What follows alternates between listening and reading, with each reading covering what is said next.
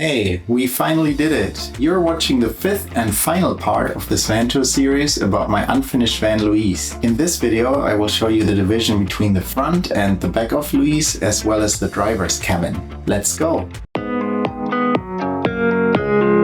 Now let's take a look at the division between the front and the back of Louise.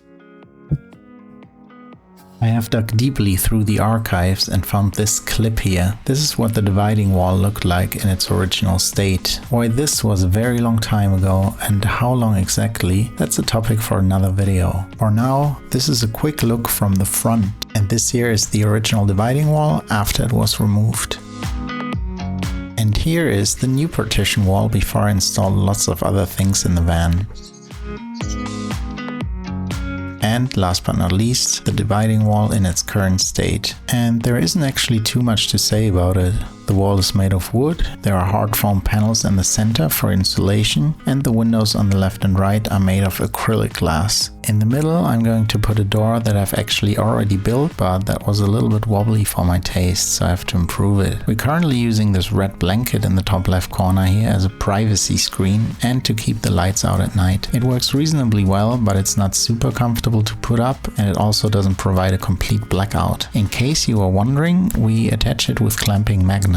Up there, where I've just pushed the blanket in, is where we put all of our bedding during the day. That is duvets, pillows, sheets, etc. The nice thing about that is that it helps insulate the top part quite a bit. Where I'm pointing at right now, the center, is where the door is supposed to go in the future and where we climb through to get to the front of the van. So let's stick our heads through this opening together and have a look at what's on the other side of the wall. On the left side here's our camping table, which as you can see fits right behind the driver's seat, and behind it is our 12-volt fuse box. On the right side you can see two 230-volt sockets and a 12-volt socket underneath. And now you can marvel at our beautiful wall from the other side. Here you can see the two cables from the 12-volt outlet a little bit more clearly.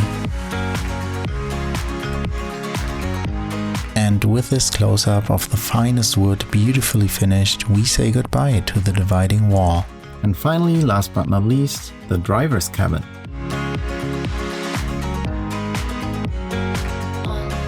I'll first show you the two little things that we modified in the driver's cabin. Below here is our charging booster from Voltronic, sorry that I didn't clean up, and it has an output of 45 amps at 12 volts. And here on the left side on the window pane is our rear view camera. It was quite cheap and it is now, after almost 5 years, quite washed out and faded, as you can see. You can still just make out what's behind you, but the quality leaves a lot to be desired. So it's due for an upgrade at some point.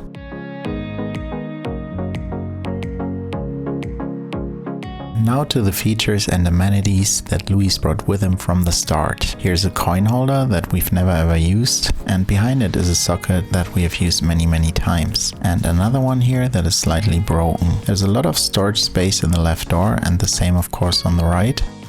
There's also a lot of storage space in the center and cup holders. And as I already alluded to, a lot of space in the right door. These small compartments next to the door, the glove compartment, and the storage space above it is also here. And another small compartment next to the steering wheel, and sun cream that I cannot get off anymore. Here's a better look at the storage space above the glove compartment. There's more space above the steering wheel console, and here in the center console there's this very fine compartment that can be fully closed. The center seat here is also very cool, firstly because it's a third seat, and secondly because when you fold it down you get this table here that you can turn and put things on while you're driving. And at the end of the seat, as you can see, there are more cup holders and storage areas. This thing here in the center is also very cool. Is it called a notepad holder? Anyways, you can pull it out and put a mobile phone for navigation purposes on it. That's what we do. And it retracts very smoothly.